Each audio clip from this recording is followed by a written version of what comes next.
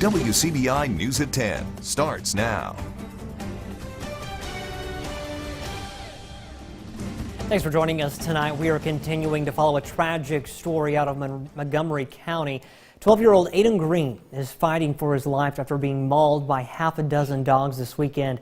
Quentin Smith, he visits the scene of that attack. He joins us live now in the studio with more. Quentin, do we know if the owner of the dogs will be facing any charges?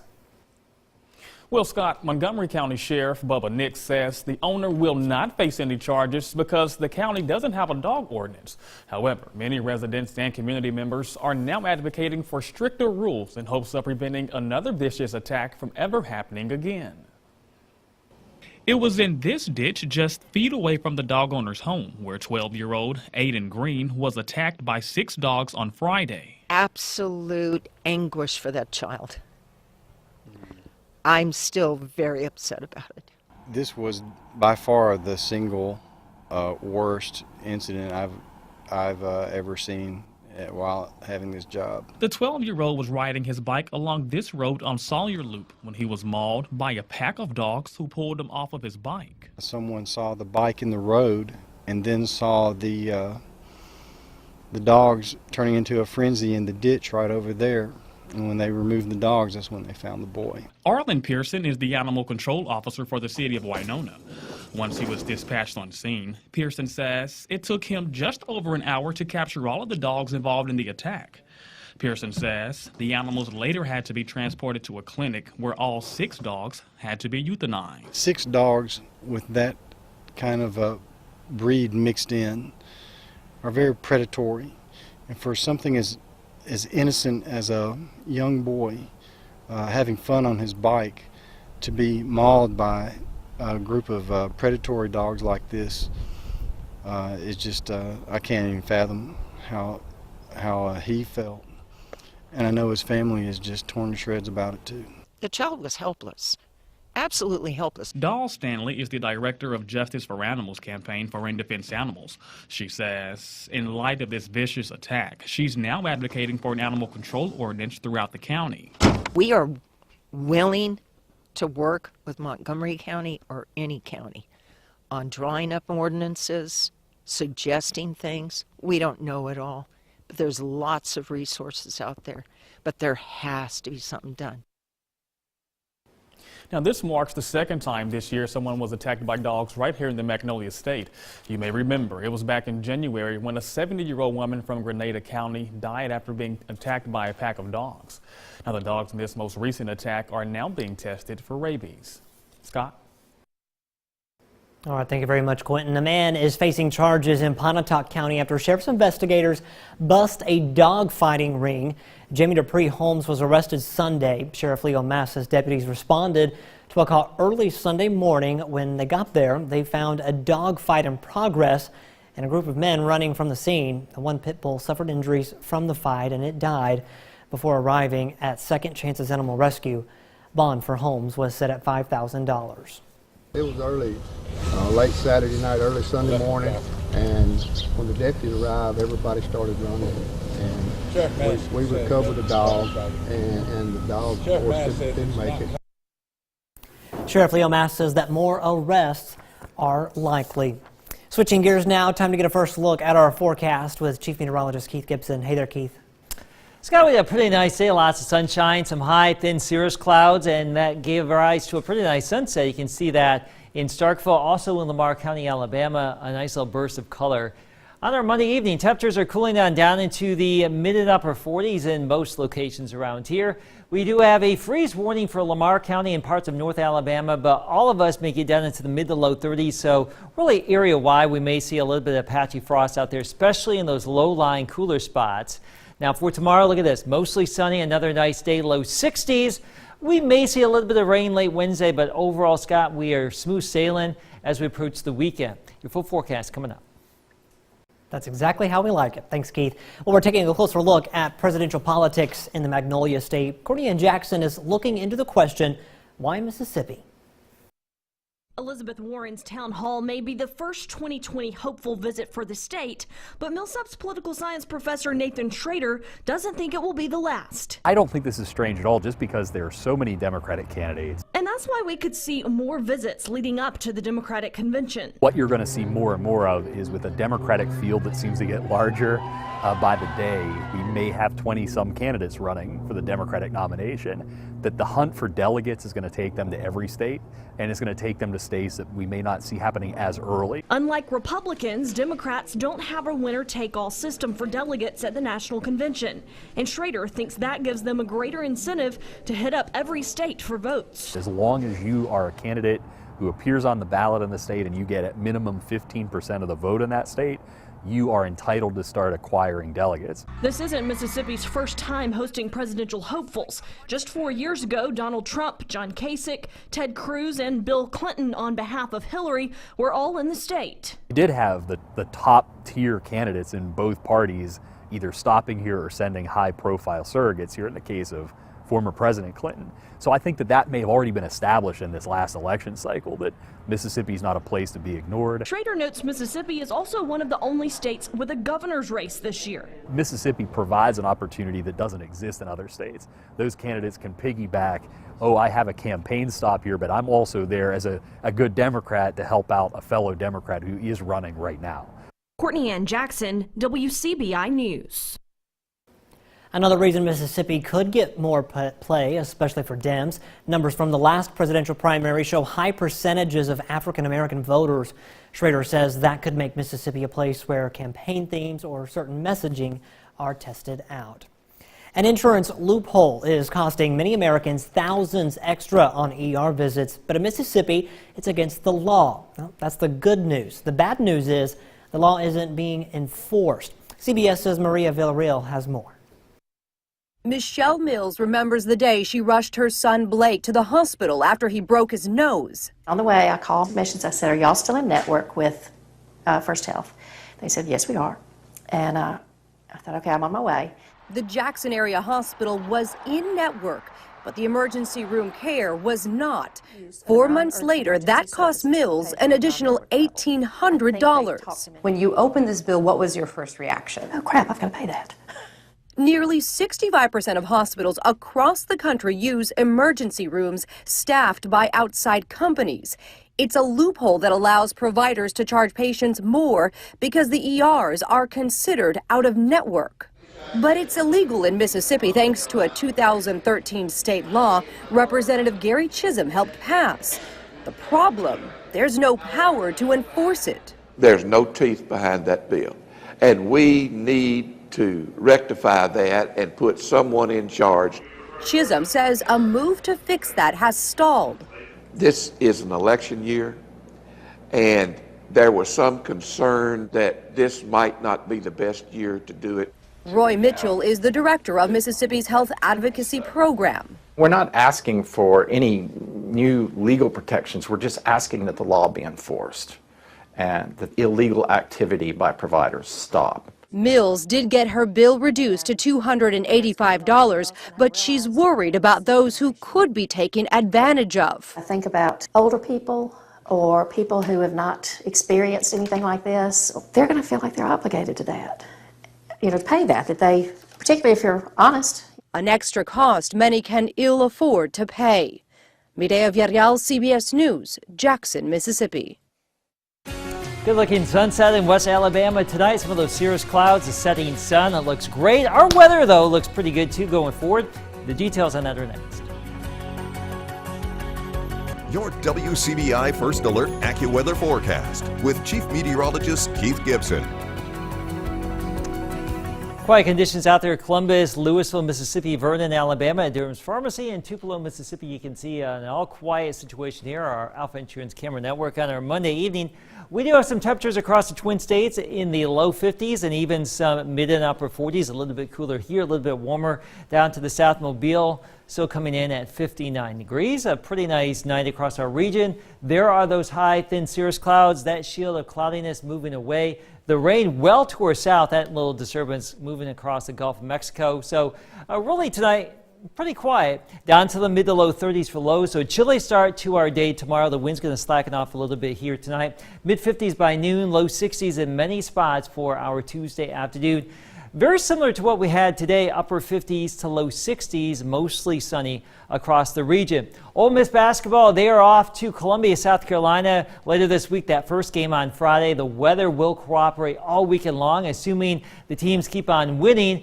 And over here in San Jose, Mississippi State going out there to California. Some 60s here Friday, Saturday, and Sunday. Perhaps a few showers, but overall weather is looking pretty good for those sites.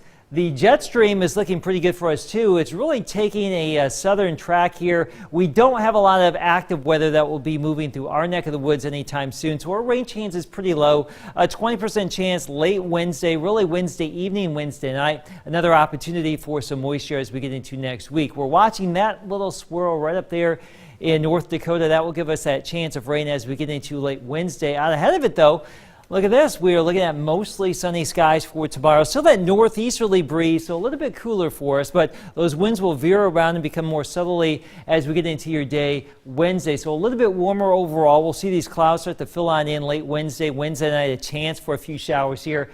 This system is going to be pretty moisture starved, so we're not really expecting a lot of widespread heavy rainfall with that. Your AccuWeather 7-day forecast shows that little disturbance late Wednesday. It should be a little bit warmer Wednesday versus where we're tomorrow. And again, tomorrow night, much like tonight, we should be down into the mid to low 30s. But after that, things moderate a little bit during the day and at night. 64 Thursday, 68 Friday, low 70s here Saturday and Sunday. Spring officially begins Wednesday at 4:58, and we'll have these spring-like temperatures return by the weekend. Our next best chance for any more significant rain or storming is probably Sunday into Monday. All right, MSU's ladies are going to the big dance, or should we say it's coming to them. We take a look at March Madness travel plans later in the sports. You're watching WCBI News at 10 with Scott Martin.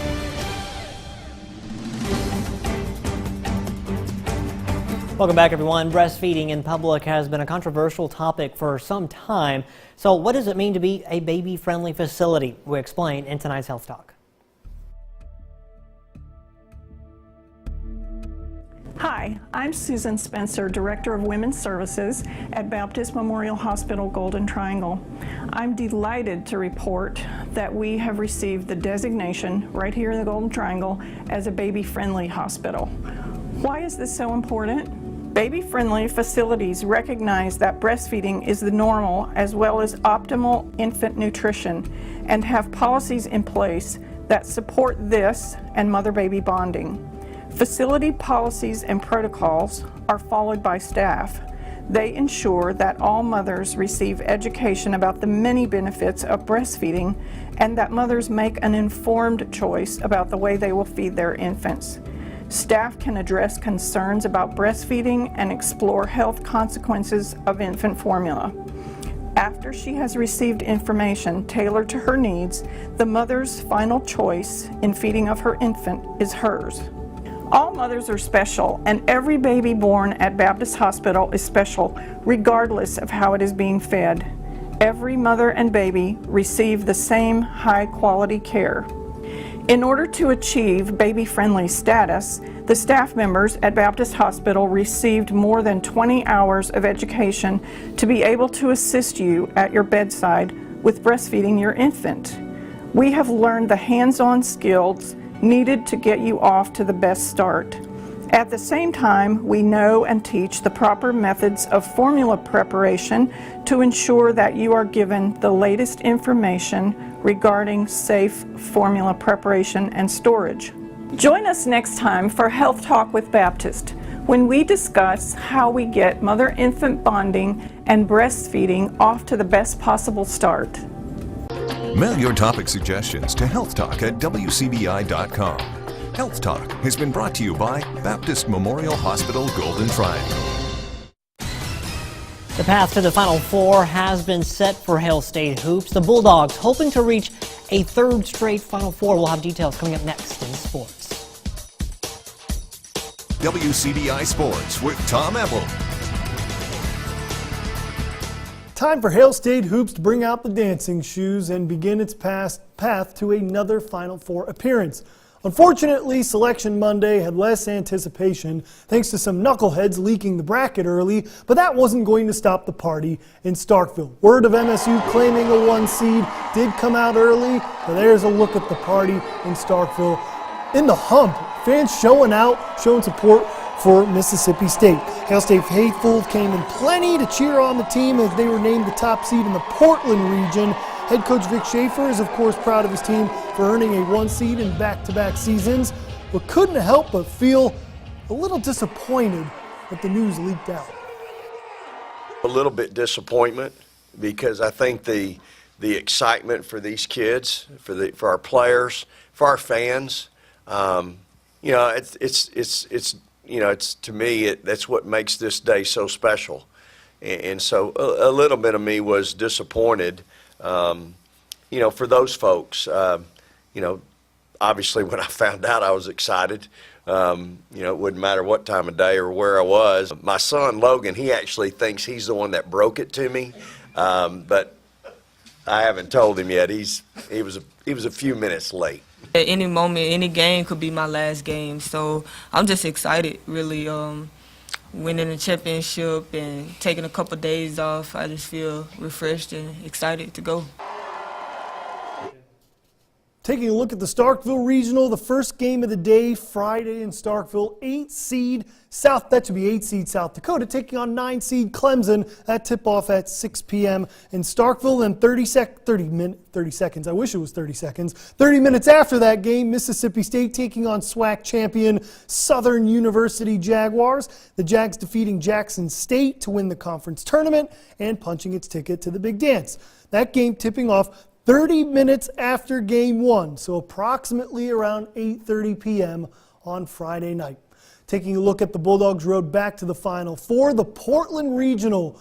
Barring no upsets, we could see a rematch between Mississippi State and Oregon in what would be a de facto home game for the Ducks, being that Portland is 2 hours from Eugene.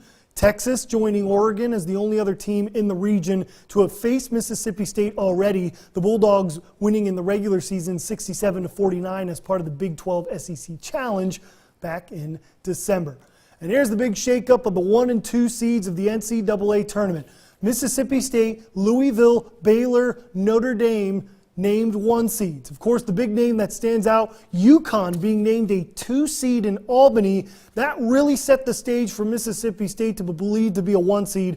UConn was believed to be the 1 seed all throughout conference tournament championship season, but the Bulldogs able to win the SEC tournament. That gave them a jump over UConn. UConn not a 1 seed, I believe, for the first time since 2006. The 2 seeds, Oregon and Portland with Mississippi State. We just talked about UConn. Greensboro, Baylor, and Iowa, and then Chicago, Notre Dame possibly taking on Stanford. That would be the 2 seed there. But while all March Madness is going on, we got to take a look at SEC baseball season. Big series wins to open up conference play for Mississippi State and Ole Miss. Both of those showing some shakeup through the polls for this upcoming week. Taking a look at Mississippi State, almost top 5 everywhere you look. USA Today having the Bulldogs at number 4. D1 Baseball has the Bulldogs number 2 in the country. 18-2 on the season. Big week for Mississippi State, taking 2 out of 3 on the road at Florida. Has their RPI jumping all the way up to 39. It was 84 this time last week, so the Bulldogs making some hay in terms of RPI. We'll worry about that would come NCAA tournament time. But as for Ole Miss, midweek hiccups against Louisville has them set back a little bit in the polls. The Rebels 14-6, 2-1 in the SEC, taking 2 out of 3 against Alabama this weekend. 20th in USA Today, 18th in D1 Baseball, but the Rebels still standing pat due to a very strong strength of schedule in non-conference. Ole Miss up to 28th in RPI. That does it for sports. We'll have a last year forecast coming up next.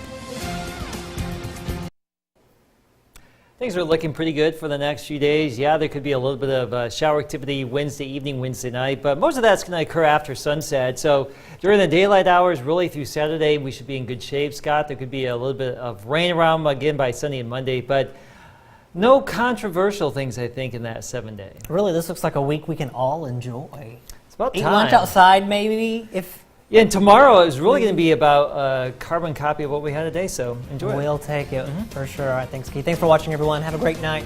We'll see you right back here tomorrow.